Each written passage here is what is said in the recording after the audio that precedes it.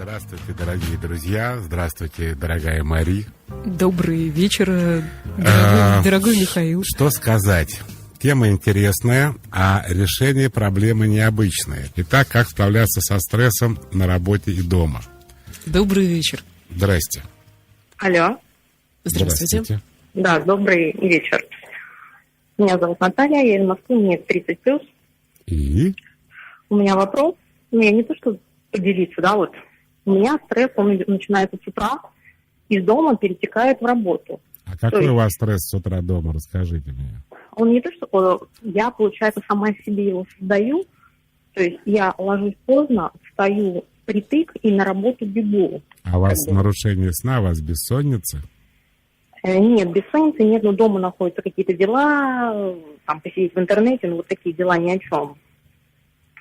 Но как бы это ни дела, а так вы не можете, наверное, просто как ребенок 5-летний заставить себя лечь. Да, каждый раз говорю, да, надо лечь пораньше, но я поздно прихожу домой, пока сделаю домашние дела, приготовлю и так далее.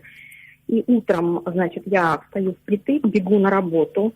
Естественно, начальница делает мне замечания. Я как будто себя представляю, как девочка перед ней.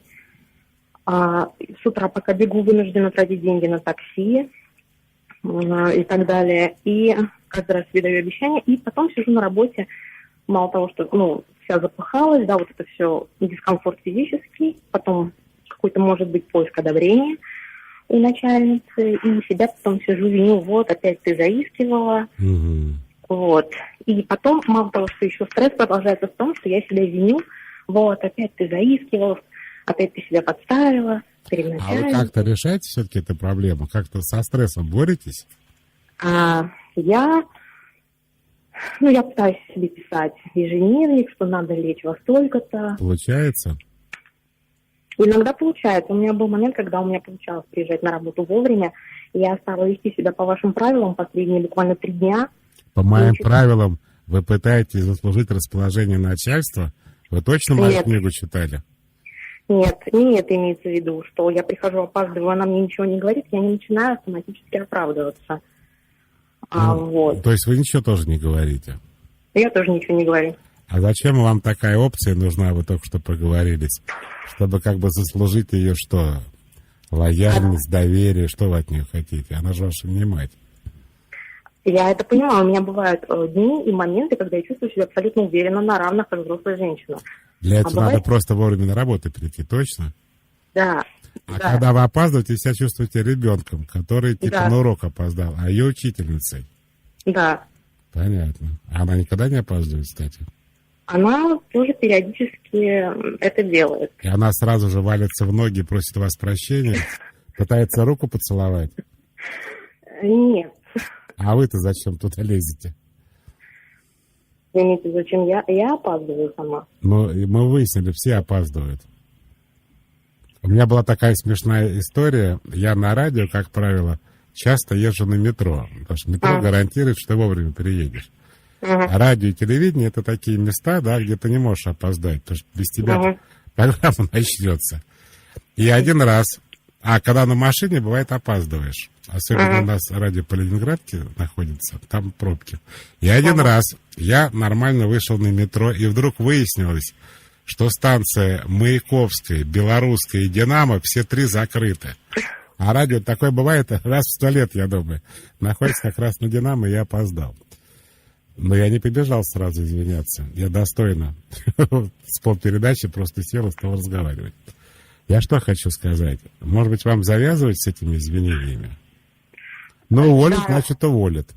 Не судьба. Вы знаете, Михаил, я уже завязала, стараюсь отвечать только на вопрос. Как тогда, вопрос еще к вам, как тогда потом не сидеть, себя не извинить, не гнобить, вот ты опять заискивал перед авторитетным лицом? Для этого надо перестать бояться быть уволенным с работы. Как только вы перестанете бояться, у вас сразу попадет желание заискивать, потому что какой смысл? Допустим, если я просто, например, еще здороваюсь с какими-то людьми на работе, но они, например, начальники, да, я их, в моем лице они авторитетные люди, она со мной по-доброму Авторитетные, в смысле, у них наколки на руках? Как в смысле они авторитетные?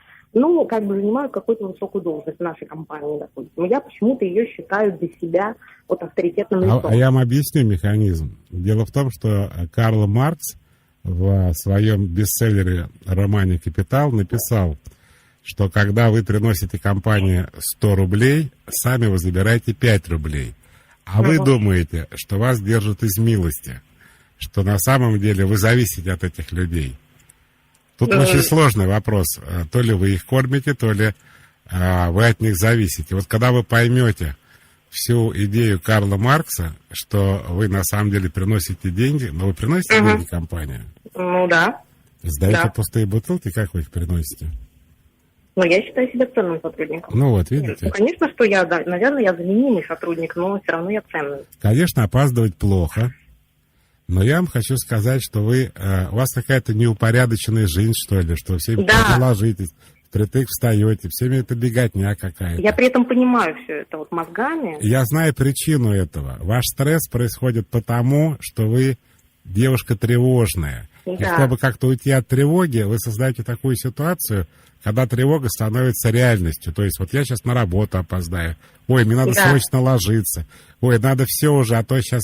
И вы живете вот в этом состоянии, потому что, если вы, мне так кажется, ляжете, ну, не знаю, в 11 вечера, да, вас накроет тревога.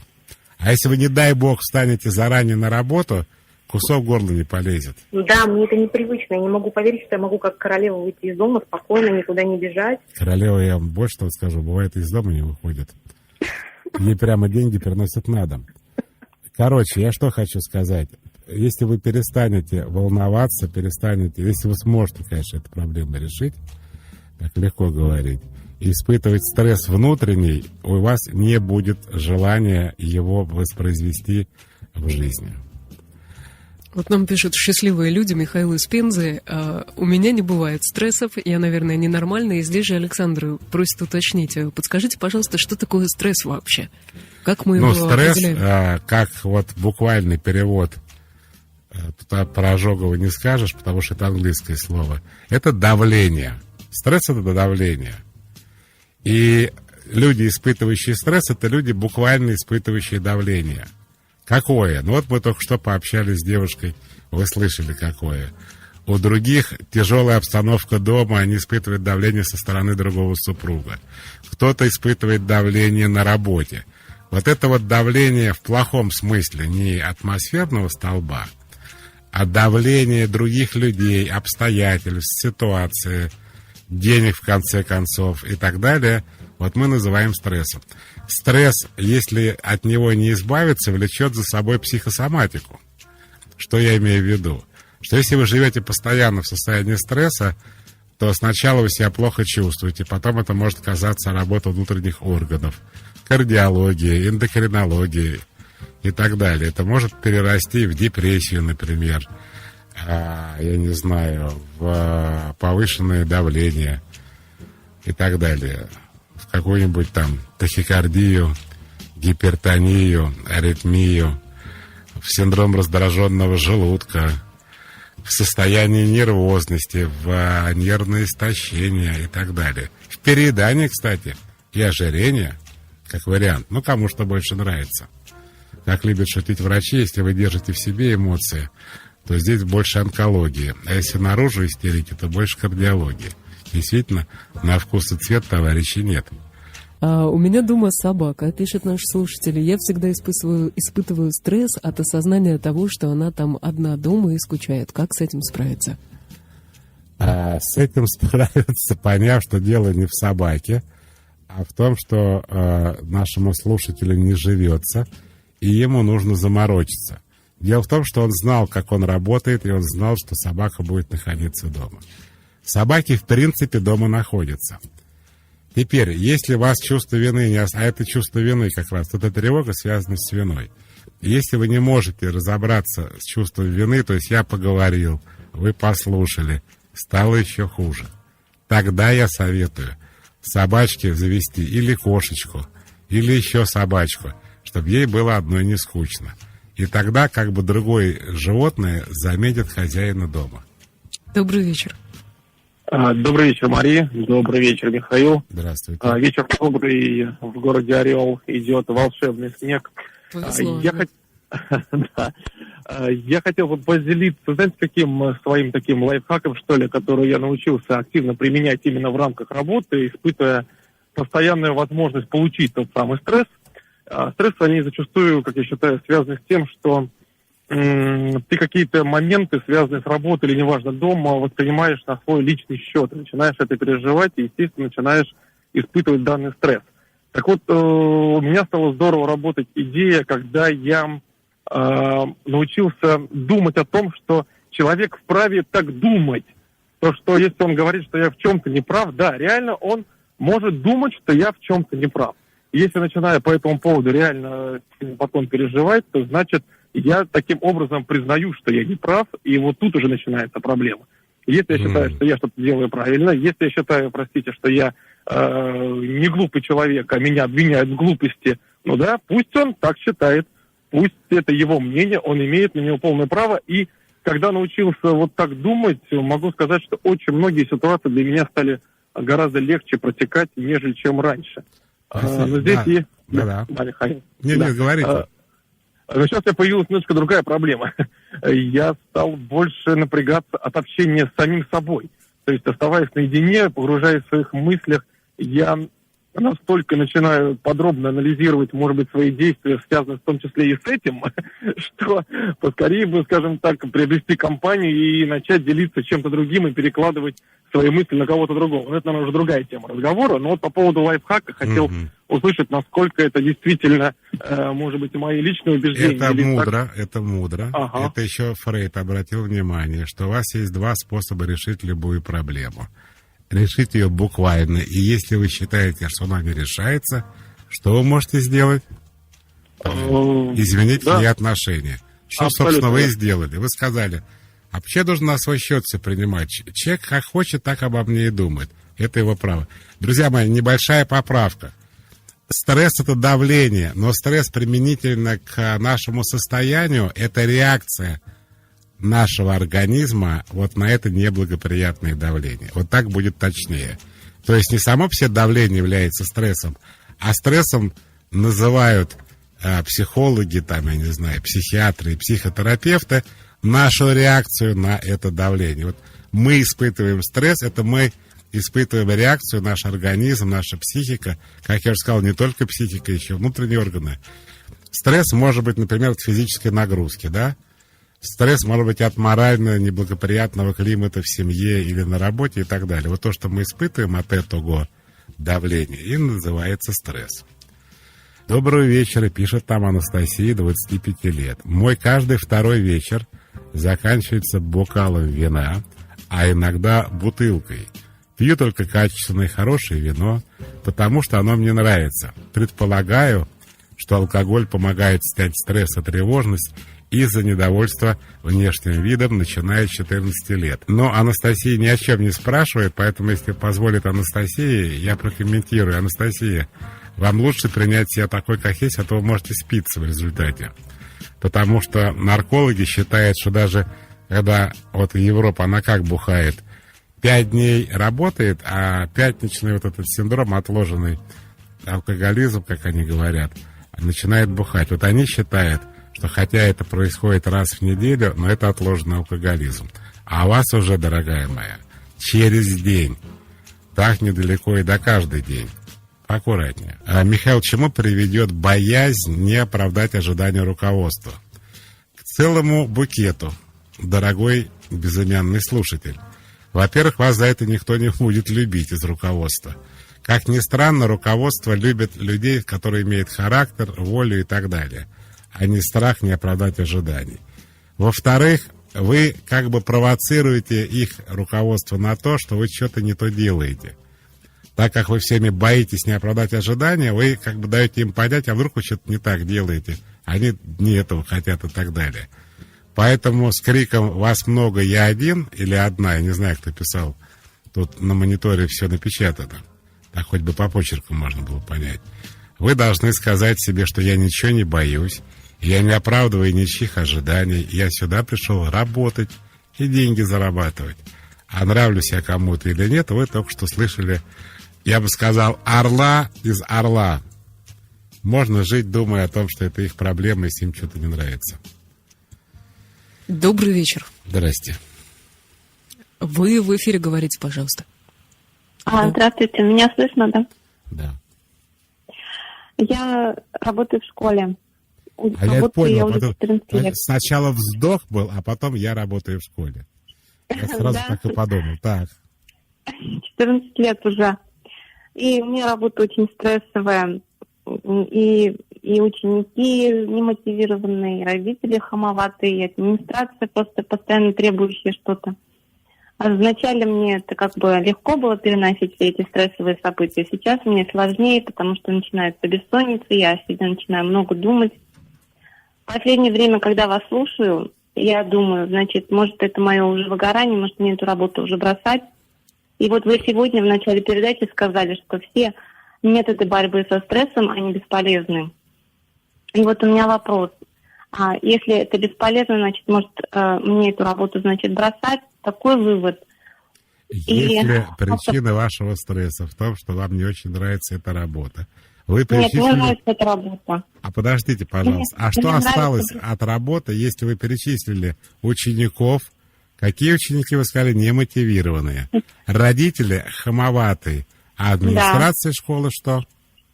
Вот администрация школы постоянно требует каких-то Требовательные. бесполезные вещи. А что тогда остается, если вы прошлись по всем пунктам вашей профессии? Дети, Мне родители нравится. и учителя. А нравится что? Мне нравится процесс преподавания. Немотивированным детям? Как это может Есть нравиться? же такие нормальные. Там есть не только плохие моменты в этой работе, есть хорошие моменты в этой работе. Мне нравится, когда они Нет, достигают нельзя успеха. нельзя жить, где часть моментов хорошие, а часть плохие. Надо, чтобы нравилось все. А с этим, я понимаю, у вас проблема. Правильно? Да. И вы Да. делаете следующее. Вы говорите, вот это неприятно, и это неприятно. Я имею в виду дети, родители и ученики. А приятно то, что я им преподаю что-то. Но это бред какой-то. Потому Нет, что, я объясню, потому что приятно, когда вам все нравится. Вам нравится школа, где вы работаете. Вам нравятся дети, которым вы преподаете. Вы обожаете их родителей, этих интеллигентных людей. А больше всего любите родной коллектив, который вообще ни разу не требовательный, и говорит: слушай, пойди отдохни. Ты очень много работаешь, устала, наверное. Стресс поди у тебя. Вот тогда я понимаю, что мне это нравится. А когда за что не возьмись, везде минусы, и все, что остается, это желание преподавать, как так? Не очень понимаю, как можно от этого получать удовольствие. А если вы поменяете работу, вы имеете в виду другую школу или вообще не преподавать? Вы же говорите, что если мне нравится все, но есть же моменты, которые нравятся, когда ученики достигают результатов, хорошо, успешно сдают экзамены. Вы же не работаете индивидуально с одним учеником, правильно? Вы работаете с классами. Сколько у вас детей в классе? В среднем? 12-13 человек. Что так мало-то? Это что, Потому что я преподаю сельская школа? английский язык. Понятно. 12-13 там можно найти. Просто когда у тебя сидит 30, из них 28 ничего не хотят, найти эту жемчужину из 2 детей, это сложно. Вы должны понять, что, может быть, вам школа это не нравится. Может быть, школу поменять тогда. Не саму профессию, да, а найти более приличную школу, где нормально родители себя ведут, нормальный коллектив, и дети, в принципе, мотивированные, потому что школа с каким-нибудь уклоном, и они туда пришли за знаниями. Вот я сам учился в школе, где отличников просто тупо били. Мне повезло, потому что я был двоечник. Я был просто звезда в школе, потому что я вообще не учился. Но я не думаю, что учителям это доставляло удовольствие. Сообщение из WhatsApp. Добрый день, меня зовут Артем, мне 32 года, и у меня небольшой бизнес. Часто возникают стрессовые ситуации, машина сломалась при доставке или клиент отказывается оплачивать товар. Поэтому я начинаю злиться, нервничать, переживать. Что делать, чтобы расслабиться и из-за этого не переживать? Вот когда человек пишет: у меня часто возникает ситуация, дальше перечисляет часто возникающие ситуации. Артем должен принять это как часть своего бизнеса, что у него время от времени ломается машина, или клиент время от времени отказывается оплачивать товар. Есть два варианта решить эти вопросы. Перестроить работу своей компании так, чтобы была подменная машина, а клиентов, видимо, отказывающихся заплатить, пытали утюгом, я не знаю что. Или принять это как часть бизнеса и сказать, ну да, я в курсе, у меня бывают такие ситуации. У меня, например, как у психолога, бывали ситуации, которые меня, как у нас говорят в России, есть такое странное слово, вымораживали. Хорошо, когда зимой тебя вымораживают, а как оно летом? Ну, короче, которые меня бесили. Кондиционировали вас. Кондиционировали, да. Когда человек записывается, скотина не приходит. И не просто не приходит, а еще и к телефону не подходит. И вообще просто блокирует свой номер, что типа, ну, это я забыла перезвонить, я забыла предупредить. Да пошли вы все. И это реально бесило. И я понял, ну, это бывало, может быть, один раз в год. Но это прямо вот бесило раз в год, значит. И я понял, что это издержки вообще работы, ну, как бы моей работы, да, что это часть. И я в какой-то момент сказал, ну, если человек, например, не пришел, не предупредил, ну, что поделаешь. Это бывает раз в год, и я к этому спокойно отношусь. Сначала, да, я тут же решил, кстати, этот вопрос практически, а потом передумал. А решил я практически очень простым способом, чтобы люди, которые, ну, те, которые приходят, это они живьем приходят. А еще есть люди, которые из других стран и городов, они по скайпу общаются. Предоплата 100%. Ну и не приходи. Ну, как бы твои проблемы, потому что время потрачено, вас ждали, вы не пришли, деньги пропали. Я думаю, и так можно сделать и в этой ситуации, когда человек, ну, предоплату вносит, а потом он тоже может не приходить, а его заранее предупреждают, это в договоре прописывается, что если он, ну, если он живой, без уважительной причины не пришел, не предупредил, ну, как бы деньги, значит, свои потратил. Потом думают, да ладно, что так прямо-то из-за этого переживает? Ну, бывает раз в год. То есть вот то, о чем наш слушатель говорил, когда человек может из орла, может просто изменить свои отношения к этой ситуации. Поэтому, если Артем хочет, у него есть два пути. Или ему плевать на сломанные машины и отказ оплачивать товар, он считает, что это и есть часть его бизнеса. Или он так выстраивает бизнес, что машина сломалась, через секунду приезжает подменная машина, ну а про отказ оплачивать товар, ну, предоплата или какой-то другой способ. Или пусть как есть, так есть. А у нас, между прочим, есть звонок. Здрасте. Добрый вечер. Добрый Это вечер. мы вам говорим, они друг другу. Да, Мы да, уже да. 100 лет назад здоровались. Меня зовут Ирина, мне 40 лет, и у меня такая ситуация. Я вот заметила за собой, что я постоянно завышаю к себе требования, то есть можно как бы спокойно работать, никуда не лезть, не ставить себе какие-то новые там какие-то цели, желания, но получается, что я все время вот себе усложняю, Жизнь. скажем, ну да, жизнь это точно. Вот, то есть вот какая-то вот эта вот нагрузка, она постоянно увеличивается. В данный момент у меня вот такая ситуация, есть ипотека, кредиты, но это все такая как бы хорошая цель, там, перевести родителей в свой город, жить рядом, они уже в возрасте. И вот это вот заставляет, ну так скажем, концы с концами, когда вот не сходятся, и вот, как говорится, карабкаться все дальше и выше, и в какой-то момент становятся вот какие-то моменты такие невыносимы, что думаешь, как, где найти выход. Хотела бы спросить, вот даже если эта ситуация закончится, да, там, допустим, ну, я надеюсь, благополучно там родители переедут, все хорошо, как избавиться вот все-таки от этого усложнения своей жизни? Потому что я понимаю, что, ну, причина не только вот то, что вот, допустим, там... Причина, да, вы знаете, причина в том, что вам не живется нормальной жизнью. Вам надо понять, что дело не в родителях и не в ипотеке.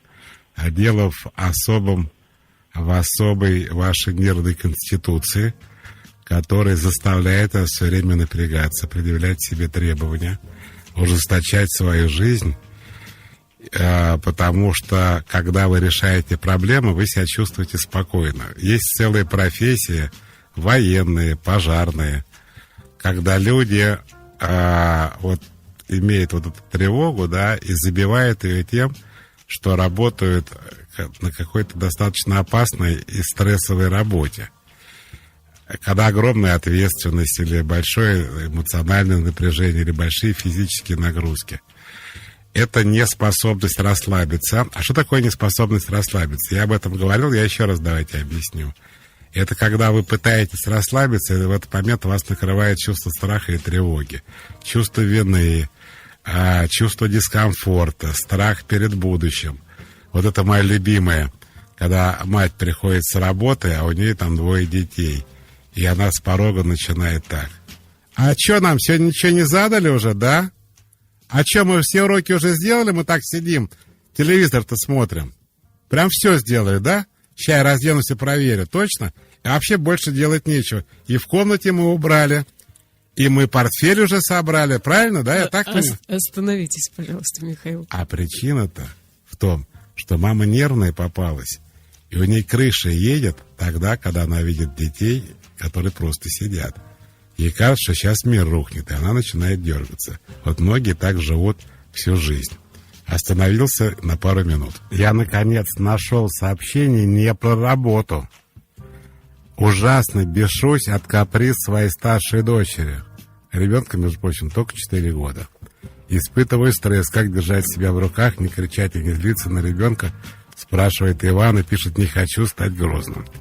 Дорогой Иван, первое, вам надо принять тот факт, что дело не в капризах вашей дочери. Дело в том, что у вас такое состояние раздраженно-агрессивное, из-за которого капризы вашей дочери вызывает у вас, вы пишете, ужасно бешусь. Вот это состояние, которое вас бесит. И, может быть, пойти к психологу, если не к психиатру, и выяснить, что со мной не так. Почему я от ребенка, который вообще рожден для наслаждения и удовольствия, даже когда он 4 года капризничает, а у ребенка переходный период, чтобы вы понимали, который около 3 лет начинается, потом он заканчивается ближе к 5, когда ребенок пытается понять свои границы, собственно, поэтому и капризничает. Ну, такой не самый тяжелый период, но тем не менее он существует. Поэтому причина не в капризах ребенка. Каприза ребенка является поводом вылить свой негатив. Обычно это связано с чувствами, например, еще с детства тянущимися обиды или унижения, несправедливости, которые вот начинают вылезать в таких формах. Но это у нас вряд ли получится, сеанс психологической помощи по радио. Я вам советую просто найти психолога и к нему начать ходить. А в этом году у меня было очень много стресса. Изменил муж, заболела, пришлось кредитное лечение, были проблемы на работе. Узнала, что в Москве есть место, где за деньги можно разбить целую комнату. Интересно. А я думал, человек ошибся. Не-не-не. Именно разбить целую комнату. Сходила. Вот, кстати, для Ивана тоже интересная информация. Помогло выпустить пар, но поняла, что со стрессом надо бороться системно. Представляете, какие есть инструменты в большом городе. Пока решила купить себе боксерскую грушу. Полина. Полина молодца. Хочется дальше пошутить и сказать, но если есть комнаты, которые можно разбить, то в большом городе должны быть квартиры, которые можно разбить. А у нас, между прочим, новориши, они целые дома разбивают. Вот я обратил внимание. То один дом разобьют 19 века, то другой, и новый ставят. Тоже, видимо, со стрессом борются. В центре города памятники архитектуры ломают. Это уже даже больше, чем комнату разбить. Видимо, у них тоже бедных стресс. Заначка, достаток, заначек на несколько лет, жилье, прочие атрибуты успеха, но последние годы мало востребован. профессионально не хватает который бизнес квалификации, заначка хочется, семью надо кормить, как справиться с тревогой, стрессом, вам надо чем-то начать заниматься. Надо не со стрессом справляться, а понимать, чем вы будете деньги зарабатывать и кто будет кости в будку себе кидать. Друзья мои, вот мы постепенно закругляемся и подходим к концу, и я вначале как-то провокационно сказал «никак» на вопрос, как бороться со стрессом. Давайте я теперь объяснюсь, зачем я это вообще сказал. Дело в том, что стресс вы испытываете в 99% случаев из 100, когда это не ваша семья и не ваша работа. Вот есть 1%, где все прекрасное, это ваша семья и ваша работа. Знаете, как я Маре сейчас рассказывал знаменитый анекдот про пожарных, когда пожарный говорит: прекрасная работа, огромная зарплата, самая красивая в мире форма, очень дружный коллектив, но как пожар, хоть увольняйся. Так вот, бывают такие ситуации, когда вот 1%, да, когда вот есть какая-то причина, вот или работа любимая, и семья любимая, но там 5 детей, да, но объективный стресс, но сил просто нету. Или человек обожает работать, но все время устает. Без работы прямо не может, а на работе устает, но это любимая работа. К сожалению, в 99% случаев все прямо наоборот. Итак, семья нелюбимая, мужа никто не любит, жену ненавидит, дети бесят, теща раздражает, тесть его убил. Работа. Не нравится ни работа, ни зарплата, ни начальники, ни коллеги. Вообще тошнит от всего. Но начинается такой разговор. Ну а что мне делать? Это моя семья. Я в свое время там по залету женился. Теперь у меня 3 детей. Че, разводиться, что ли? Это моя работа. Я взял ипотеку, я купил машину в кредит. Мне что, увольняться, что ли? А что я буду делать? Вот эта ситуация создает стресс. Когда вы все делаете без любви, и все вы терпите. Поэтому я и сказал провокационно: никак. Меняйте семью, меняйте работу, стресс уйдет сам. Но большинство людей имеет еще одну проблему, о которой я сегодня говорил. Некая психическая потребность в этих переживаниях. Вот тогда нужно идти к психологу. Добрый день. Алло, здравствуйте. Здравствуйте. Меня Наталья зовут. Я тоже преподавательница английского языка, как учительница, которая вам звонила. Интересно. Да, вот у меня такой вопрос.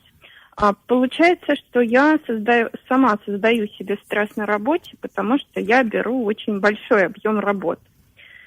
Работа мне моя очень нравится, я с удовольствием занимаюсь ею, у меня нет таких проблем, как немотивированных учеников или хамоватых родителей, но дело в том, что к урокам нужно готовиться, и получается, что у меня уже никакого свободного времени для себя лично не остается. А зачем вы взяли себе такую большую нагрузку? Вот я тоже думаю, зачем. Ну, с одной стороны, это финансовый вопрос, чтобы выйти на определенный уровень дохода, который я хочу, мне нужно брать либо такую нагрузку, либо повышать стоимость занятий. И вы решили пойти, как говорили у нас по географии в 9 классе, по экстенсивному пути. На самом деле иду обоими путями, то есть относительно, например, прошлого учебного года и стоимость услуг повысила, специально повысила, чтобы часть клиентов, отсеялась, и чтобы у меня было меньше работы, но там по деньгам также получалось. Но, тем не менее, вот они приходят, и я не могу сказать нет новому клиенту. Почему? Что случится, если вы скажете нет, расскажите мне? Ничего не случится, вообще ничего вы не не можете случится. сказать нет? Мне хочется сохранить этого клиента. Жадность? Да, в каком-то смысле, наверное. Даже не знаю. У меня дочь, она нашла себе интересный заработок. Она фотографирует на iPhone блогеров. А блогеров, если вы знаете, нужно 50-100 фотографий. Это мало. Это только за месяц им столько нужно. И она говорит: пап, вот я нашла работу такую, прямо 2000 рублей беру. Я говорю: что ж ты отца-то позоришь, доча? Бери больше. Она стала брать 5. Народу, правда, стало меньше. Вот. Ну, то есть, если вы не боитесь, что вы останетесь без клиентов, вы-то сами, вот смотрите, какая история. Давайте исходить от вас, а не от пожеланий других людей. Вот вы знаете, сколько вы хотите зарабатывать за свои... Мы про уроки говорим, да, английского языка, я правильно понимаю?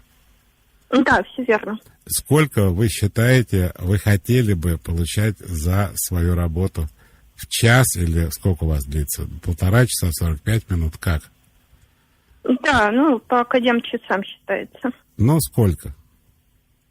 Сколько? Ну, вообще, из расчета за месяц. Я хочу в месяц получать, например, 150 тысяч. 150 тысяч за какое-то количество занятий, правильно? Да, совершенно верно. А и получаете там, сколько? Сейчас у меня около 100 получается. И вот эта маржа минусовая в 50 тысяч образовалась из-за страха потерять клиента, правильно? Ну, как сказать, я не боюсь даже их терять. А почему же вы не получаете то, что вы хотите? Ну, вот отчасти, если бы я работала только с индивидуалами, я бы, наверное, выходила. Но я также работаю со школами. Вы работаете с кем вы хотите. Это вы решаете, с кем работать. Вас ведь никто не заставляет работать с индивидуалами или со школами, правильно? Нет, совершенно Это верно. ваш У школы выбор. есть свои плюсы. Мне хочется также с группами работать, а там все-таки ниже получается Ну, зарплата. да, я понимаю. Вам надо определиться, что вы хотите. Вдруг у вас не 150 тысяч на первом месте, а комфортная работа с группой, например, да?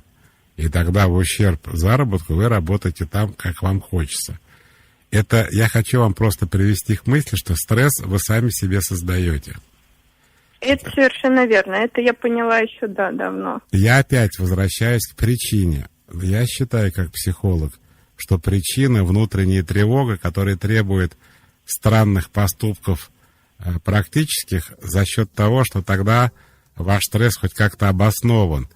Вам есть из-за чего огорчиться, разочароваться, что я вот могла бы 150, а зарабатываю 100, я бы хотела работать вот так, а работаю вот так и так далее.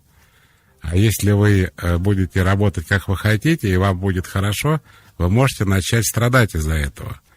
Дело в том, что вы никогда, друзья мои, не замечали, что многие люди, когда они живут так, как они хотят, их реально накрывает тревога и страх, ну, например, о том, что что-то не так идет, что все может закончиться, или же за все придется расплачиваться, или какая-то пурга в этом духе. И если вы понимаете, что ваш стресс образован вашей неуемной психикой, которая все время тревожится, то вы должны понять, что дело не в том, что вы мало зарабатываете, не с теми работаете, а в том, что у вас потребность чем-то забить внутреннюю тревогу. Какой-то тревогой, я бы сказал, внешней, в практическом бытовом мире. Если вы понимаете вообще, о чем я сейчас сказал. Мария, вы хоть понимаете меня? Я вас понимаю. Я вас обнимаю до вторника. Во вторник услышимся. Пока.